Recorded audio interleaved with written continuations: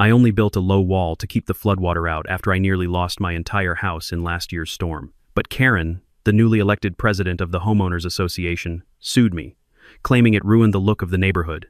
She pressured the whole community into signing a petition demanding I tear it down within 7 days. Reluctantly, I removed part of it under a temporary court order. The next morning, the heaviest rain in 40 years came down without warning. As I stood on the section of my yard that was still protected, I watched Karen's entire estate turn into a massive lake. And that was only the beginning. Ethan Brooks was 42 years old when the flood took almost everything he had. He had spent nearly 2 decades as a hydraulic engineer before retiring early, trading blueprints and pump calculations for a quieter life in a gated community outside the city. He had lost his wife 3 years earlier, and since then he lived alone, in a house that still held her handwriting on the kitchen calendar and her favorite mug in the cabinet. He was not a man who sought attention. He preferred mornings with coffee on the porch, the sound of sprinklers ticking on across the lawns, and the particular silence of a neighborhood that believed itself safe from anything the sky could throw at it. That belief was shattered the year before, when a storm system stalled over the region for nearly 3 days. The water came up through the storm drains before it ever fell from the clouds. A sign, to anyone who understood drainage engineering, that something underground had already failed. By the time the rain stopped, Ethan's house had taken on water through the foundation, through the garage, through every low seam in the structure. The damage came to $180,000. His insurance company paid out a fraction of that, citing a clause about gradual water infiltration rather than sudden flooding, a distinction that meant nothing to a man standing in 2 feet of water in his own living room and everything to the people writing the checks. Most of his neighbors grieved the damage, hired contractors, and moved on, eager to forget the smell of wet drywall and the sight of family photographs curling at the edges. They patched their walls, replaced their carpets, and told themselves the storm had simply been an act of nature, the kind of misfortune no one could have predicted or prevented. Ethan, however, had spent too many years reading rainfall charts and soil reports to accept that explanation without question.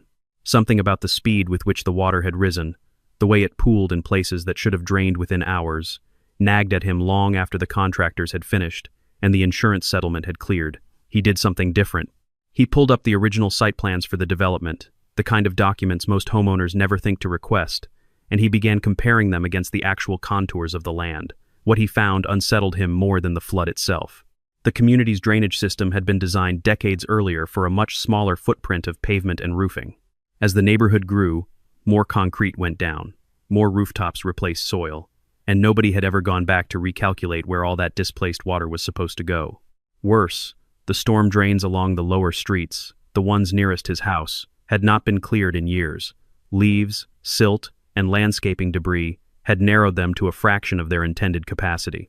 The natural runoff channel that once carried excess water harmlessly toward the retention pond had been quietly filled in and landscaped over some time in the last decade, replaced with a row of ornamental trees that looked lovely in every HOA newsletter photo and did absolutely nothing to move water anywhere.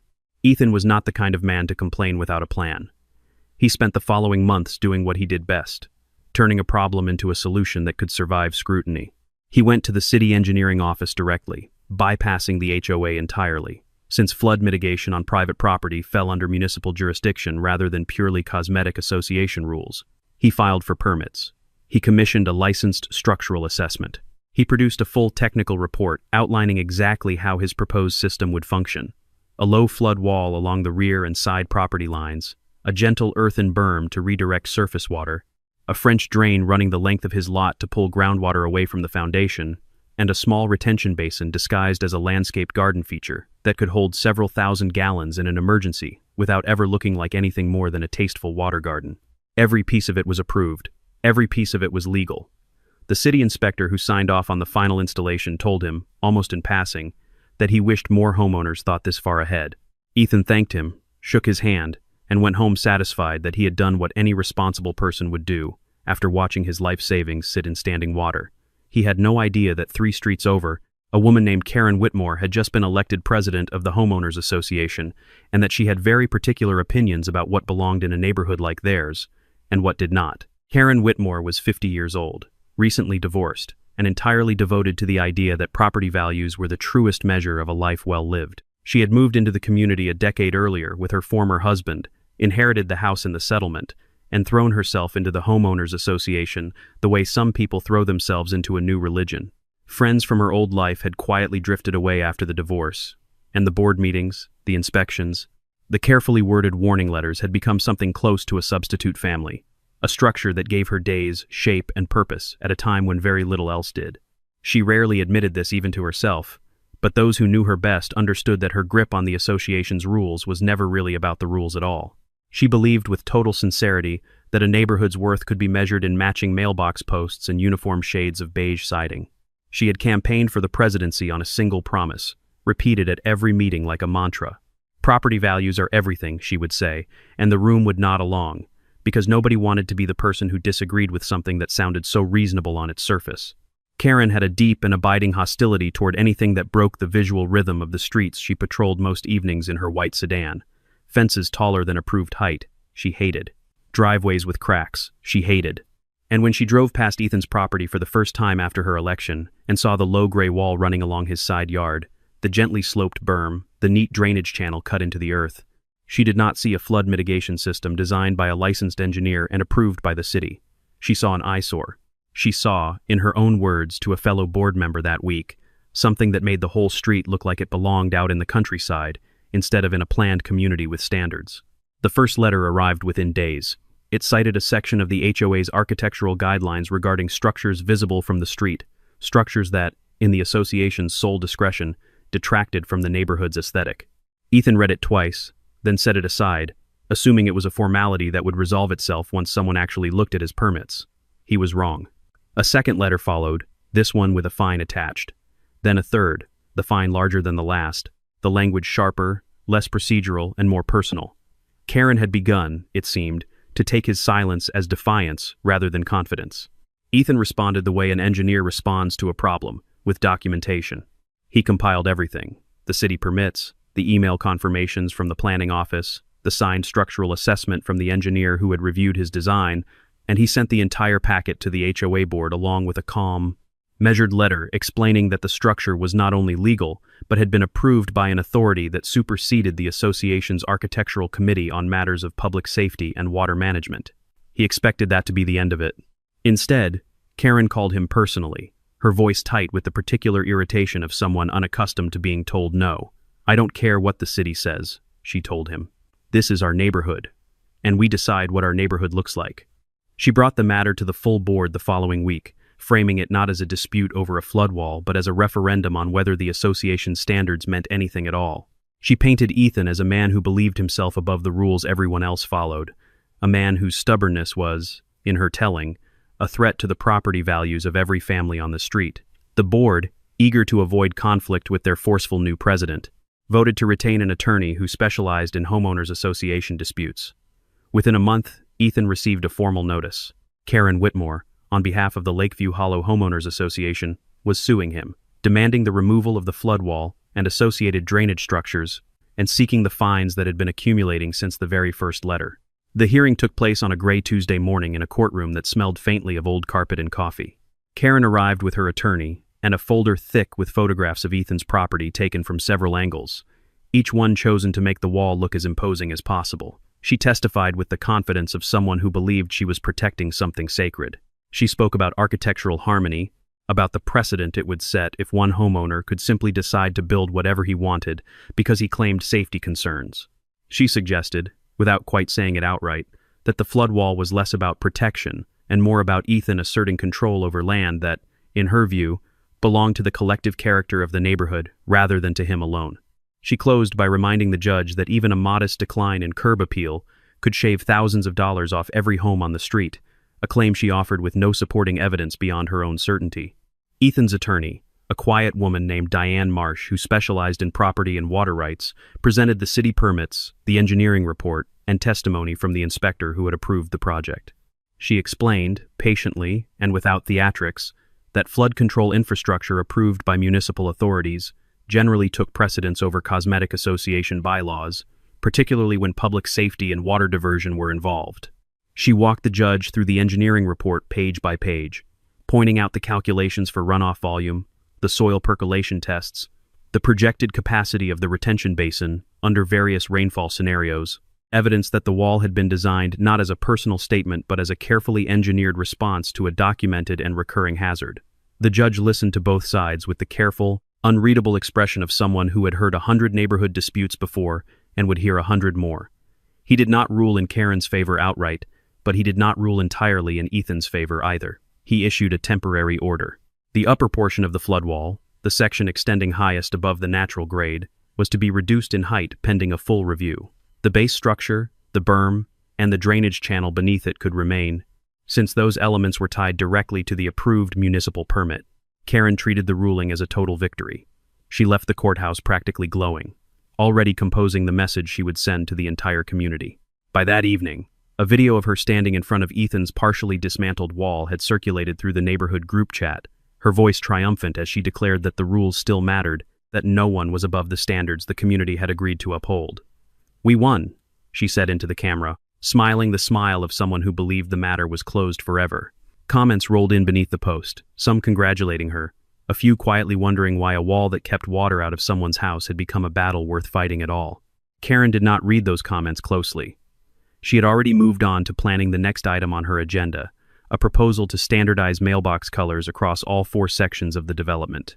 3 days after the video, the National Weather Service issued an advisory unlike anything the region had seen in decades.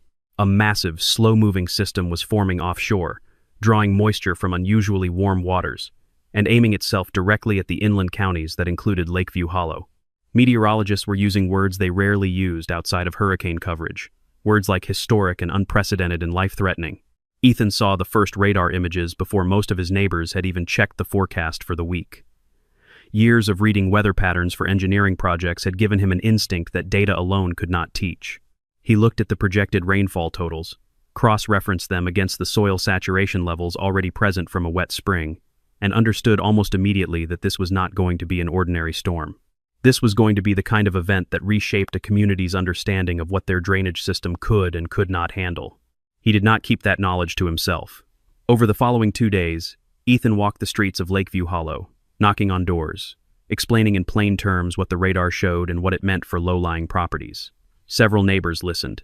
An older couple on the cul-de-sac began moving furniture to higher floors. A young family near the retention pond decided, after speaking with him, to spend a few $100s on sandbags rather than risk it. But not everyone took him seriously, and Karen took him least seriously of all. When she heard that Ethan was going door to door warning people about the storm, she laughed, actually laughed, in front of 2 other board members. "Stop fear-mongering," she told him when he stopped by her house to share what he knew. She accused him of trying to manufacture a crisis to justify the very wall the court had just forced him to shrink. That evening, she posted in the HOA's online forum a long message reminding residents that Ethan had a documented history of, in her words, exaggerating water concerns to serve his own interests. She reminded everyone that the city had only approved part of his system, implying, without quite stating it, that the rest had been deemed unnecessary or excessive. A few residents who had been on the fence read her post and decided to stay on the fence a little longer, unwilling to choose between their HOA president and the strange, quiet man who built walls in his backyard. Ethan did not argue with her publicly. He had learned long ago that arguing with someone who has already decided the outcome rarely changes anything. Instead, he spent those final 2 days doing what engineers do when words fail to convince people. He prepared. He reinforced his own sandbag barriers along the lowest points of his property. He cleared every inch of his French drain by hand, removing debris with the same care he once gave to professional projects worth millions of dollars. He tested his backup pumps, the small generator that would keep them running if the power failed, and the larger trash pump he had purchased after the last flood specifically for nights like the one that was coming. The rain began just after midnight on a Thursday, soft at first, the kind of steady patter that sounded almost peaceful against rooftops and windows.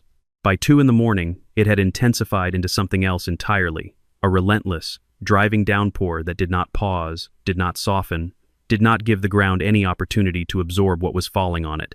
The storm drains throughout Lakeview Hollow, the same drains Ethan had identified months earlier as dangerously neglected, began to choke almost immediately. Years of uncleared leaves and landscaping debris formed dense plugs at the grates, turning what should have been efficient channels into stagnant pools that backed up onto the streets within the first hour.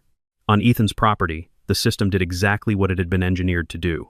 The berm caught the initial surge of surface water sheeting down from the higher elevation behind his lot, gently redirecting it away from the foundation rather than allowing it to pool against the walls.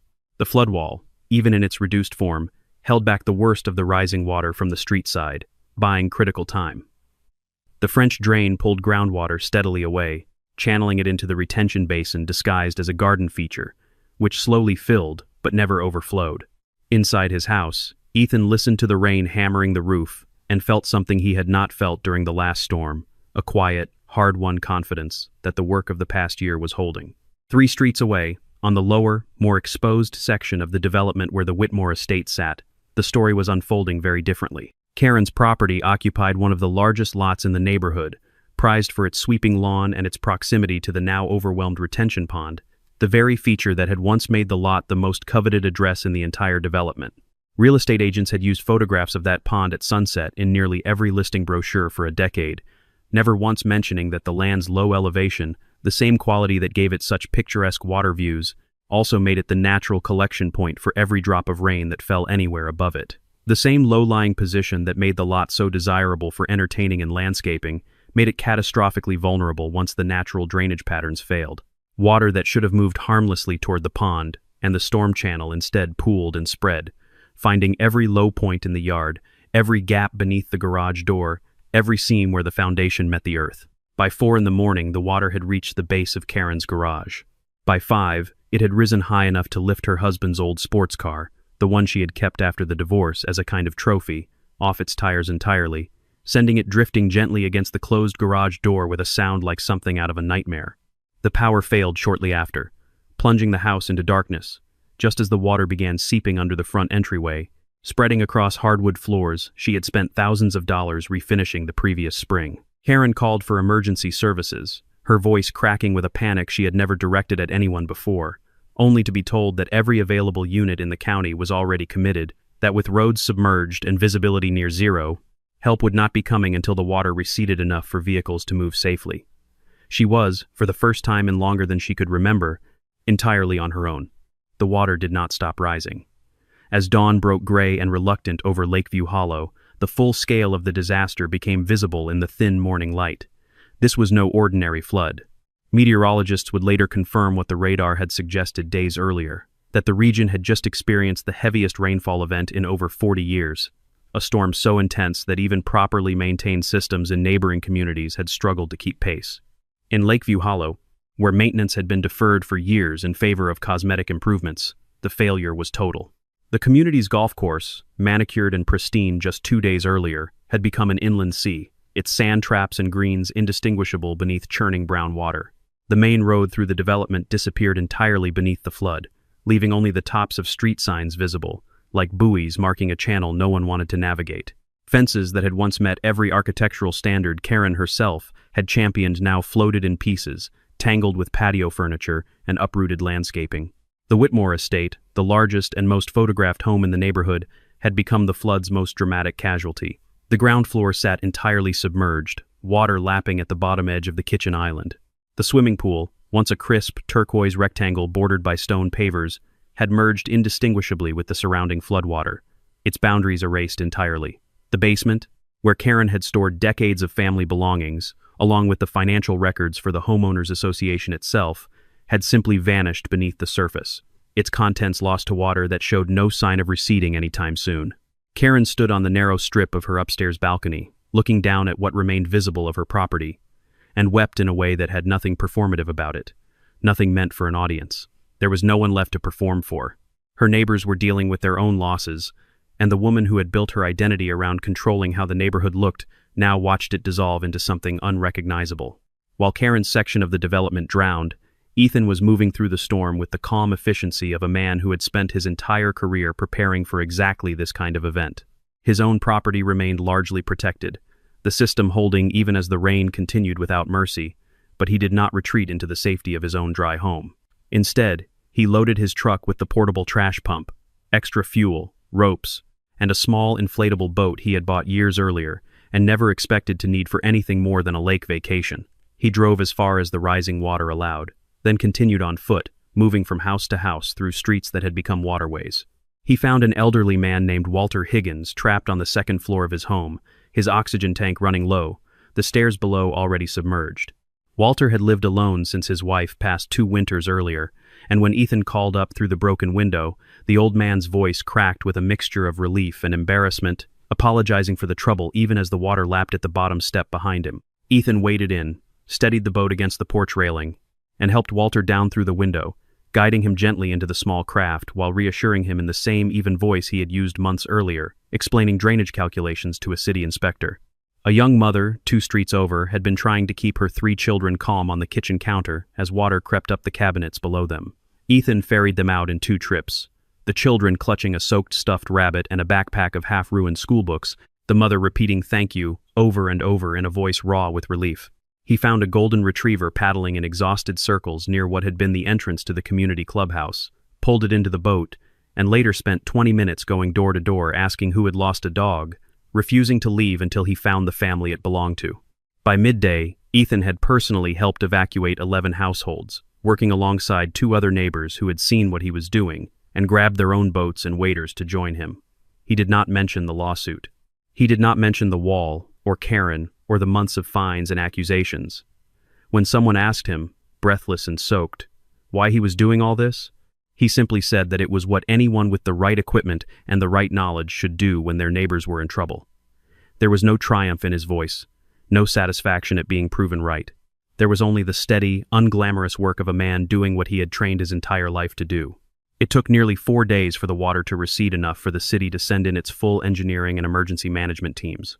What they found, once the streets were passable and the worst of the flood had drained away, painted a picture far more damning than any single storm could explain. A team led by the county's chief drainage engineer conducted a thorough inspection of the neighborhood's stormwater infrastructure, examining records that stretched back nearly 15 years. The findings, compiled into a formal report submitted to both the city and the Homeowners Association's insurance carrier, were unambiguous. The community's storm drain system had not received scheduled maintenance in over 6 years, despite annual dues that included a specific line item for drainage upkeep. The natural runoff channel that had once carried excess water toward the retention pond, the same channel Ethan had identified in his original research, had been deliberately filled and landscaped over during a beautification project approved by the board 3 years earlier, a project championed publicly by none other than Karen Whitmore herself, who had cited the unsightly drainage ditch as an embarrassment to the neighborhood's image. The report did not stop there. Investigators uncovered internal HOA meeting minutes, subpoenaed during the early stages of what would soon become a much larger legal battle, showing that a licensed engineer had submitted a proposal 2 years earlier recommending exactly the kind of comprehensive drainage upgrade the storm had just proven necessary. The proposal, investigators noted, had included its own rainfall modeling, projecting that a storm of even moderate severity could overwhelm the aging system within hours if the deferred maintenance continued. It had been formally rejected by the board, with Karen recorded in the minutes as the most vocal opponent, arguing that the funds would be better spent on landscaping enhancements that would more directly improve curb appeal and resale value. The very budget that could have prevented the catastrophe had instead gone toward the ornamental trees planted over the old drainage channel, the same trees that had appeared, smiling and well-watered, in that year's HOA newsletter as a symbol of the community's commitment to beauty. Local news outlets picked up the story within days, drawn by the stark contrast between a homeowners association that had aggressively pursued a single resident for building a legal, city-approved flood wall, only to be revealed as the architect of its own community's destruction through years of neglected infrastructure. A reporter from the regional television station interviewed several residents standing in front of their ruined homes, and more than one of them mentioned, almost in passing, that the only house on their side of the development that had stayed dry was the one belonging to the man the HOA had sued.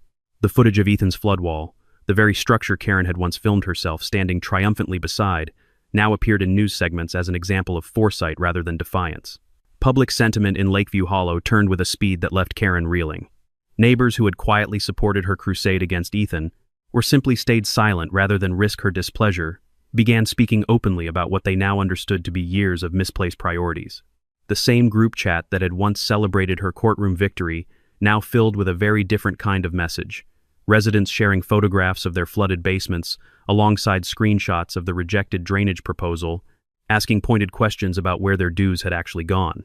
Within 3 weeks, a coalition of homeowners, more than 60 households in total, organized what would become a class action complaint against the Homeowners Association itself. They met first in the parking lot of the partially reopened grocery store, since the clubhouse where association business was normally conducted still smelled of mildew and standing water, trading stories of ruined furniture, displaced families, and insurance adjusters who kept asking the same uncomfortable question about whether the damage had really been sudden or whether it had been building for years. They were represented by an attorney who specialized in association governance failures, and their demands were straightforward: full reimbursement for uninsured flood damages caused by documented infrastructure neglect, complete financial transparency regarding how association dues had been allocated over the previous 5 years, and the immediate removal of board members found to have prioritized cosmetic projects over essential maintenance despite clear engineering warnings. The complaint cited the rejected drainage proposal by name, attached the meeting minutes as evidence, and included, almost as an afterthought, a brief but pointed reference to the irony of the association having spent legal fees suing a resident for building flood protection that ultimately outperformed the entire neighborhood's official infrastructure. The fallout for Karen was swift and total. The board, desperate to distance itself from the controversy and protect what remained of its credibility, voted to remove her from the presidency within a closed emergency session, citing a breach of fiduciary responsibility in her handling of the rejected drainage proposal. The attorney she had retained to pursue the lawsuit against Ethan, sensing the shifting tide of both public opinion and potential liability, quietly withdrew from representing her further, citing a conflict of interest now that the association itself faced legal action, partly stemming from decisions she had championed. The Homeowners Association's insurance carrier, reviewing the engineering report alongside the documented history of deferred maintenance, denied the bulk of the community's claim, determining that the damage stemmed not from an unforeseeable natural disaster, but from years of negligent upkeep that fell outside the policy's coverage for sudden and accidental loss. Without insurance support and facing mounting legal costs from the class action, the association's reserve funds were quickly depleted, leaving individual homeowners, Karen included, to absorb far more of the financial burden than any of them had ever anticipated. Karen's own losses compounded with brutal efficiency. The repair estimate for her flooded ground floor and ruined basement came in well above what her homeowner's policy would cover, especially once the insurance investigators noted that the same community-wide drainage neglect implicated in the broader claim had directly contributed to the severity of damage on her own property. Unable to absorb both the repair costs and her share of the looming class action liability, Karen made the decision, after weeks of sleepless nights and increasingly desperate phone calls to contractors and lawyers alike, to sell the estate that had once been the most admired house in Lakeview Hollow. The for sale sign went up on a gray Tuesday morning, almost exactly 1 year after the original lawsuit against Ethan had begun, and it stood there for nearly 2 months before a buyer, fully aware of the property's flood history, finally made an offer well below what the house had once been worth. It was during those final weeks before the sale closed that Karen found herself standing at Ethan's front door, something she had not done since the day she filmed herself celebrating outside his half-demolished wall. She looked different now, the sharp confidence that had once defined every interaction replaced by something quieter, more uncertain. The white sedan she once drove on her evening patrols sat in the driveway behind her, dented from where the floodwater had pushed it against a fence post, never quite repaired because there had been so many more urgent things to fix first. She did not bring a folder of photographs or a prepared argument. She simply stood there, hands clasped in front of her, and told him, in a voice stripped of all its old authority, that she had been wrong. "I was wrong," she said again, as if needing to hear the words leave her own mouth a second time before she could fully believe them. About the wall, about the warnings, about all of it. Ethan did not gloat. He had imagined, in quieter moments over the past year, what he might say if this conversation ever happened, and none of the versions he had pictured involved triumph or vindication. Instead, he simply told her something he had come to understand long before the storm ever arrived, something rooted in decades of studying water and the way it moved with complete indifference to human opinion. Nature doesn't care about anyone's ego, he said. It doesn't negotiate, and it doesn't make exceptions for people who believe their authority extends further than it actually does. Karen began to cry then, not the performative tears of someone managing an image, but the raw, unguarded grief of a person finally confronting the full weight of consequences she had spent years refusing to imagine. For the first time since the flood, she understood, in a way that no lawsuit or insurance denial had fully made clear to her until that moment, exactly what her pride had cost, not just for herself, but for every family in the community who had trusted her judgment. The Homeowners Association called a special meeting 2 weeks later, the largest turnout the community had seen in years, residents packing into the clubhouse that had only recently dried out enough to host gatherings again. The agenda was simple and overdue, electing an entirely new board to replace the one that had presided over years of deferred maintenance and misplaced priorities. The new president, A soft-spoken accountant named Margaret Chen, who had lived in the neighborhood for over a decade without ever seeking a leadership role, opened the meeting by acknowledging the scale of what needed to change. One of the first official acts of the new board was extending a formal invitation to Ethan, asking him to serve as a paid consultant on flood mitigation, a role that placed his engineering judgment, once dismissed as fear-mongering, at the very center of the neighborhood's recovery. Over the following months, Lakeview Hollow underwent a transformation that would have been unthinkable under the old leadership. The community invested in a proper retention basin, sized to handle modern rainfall patterns, rather than the outdated assumptions of decades past, commissioning updated engineering studies that accounted for the increasingly severe storms the region had begun experiencing year after year. Crews expanded and cleared the storm drain network, installing maintenance schedules that the new board committed to following with documented inspections, rather than vague promises, and posting the results of every inspection publicly so that no future president could quietly let the work lapse the way Karen once had. Landscaping decisions throughout the development now required a basic drainage impact assessment before approval, a small bureaucratic step that ensured no future board could quietly fill in a natural runoff channel in the name of curb appeal. Ethan walked the property lines with city engineers and contractors, the same patient, methodical approach he had once used to protect his own small lot, now applied to safeguarding an entire community. Late one evening, months after the worst of the rebuilding had finished, a neighbor stopped by Ethan's porch as a light, gentle rain fell outside, nothing like the storm that had reshaped all their lives. The man asked him, somewhat hesitantly, whether he ever regretted building that first wall, given everything it had cost him, the lawsuit, the fines, the months of conflict with people he had to see every day. Ethan looked out at the rain, watching it run harmlessly along the drainage channel that now stretched the length of his property exactly as he had designed it, and allowed himself a small, quiet smile. "The wall was never built to keep out my neighbors," he said. "It was built to keep out the water. It's just a shame it took so long for some people to understand which side of that line they wanted to stand on." In the years that followed, Lakeview Hollow became something of a quiet example among neighboring developments, a community that had learned, through the hardest possible lesson, that infrastructure mattered more than appearances, and that the people who understood the land beneath their feet deserved to be heard before disaster made listening mandatory. Other associations in the region began inviting Ethan to speak at their own planning meetings, curious how a single homeowner's stubborn insistence on doing things properly had ended up saving not just his own house, but eventually reshaping an entire neighborhood's approach to risk. He always gave the same advice, delivered without flourish, that the cheapest mistake a community could make was assuming the worst storm had already happened, when in truth the worst storm was always still ahead, waiting for the moment everyone least expected it.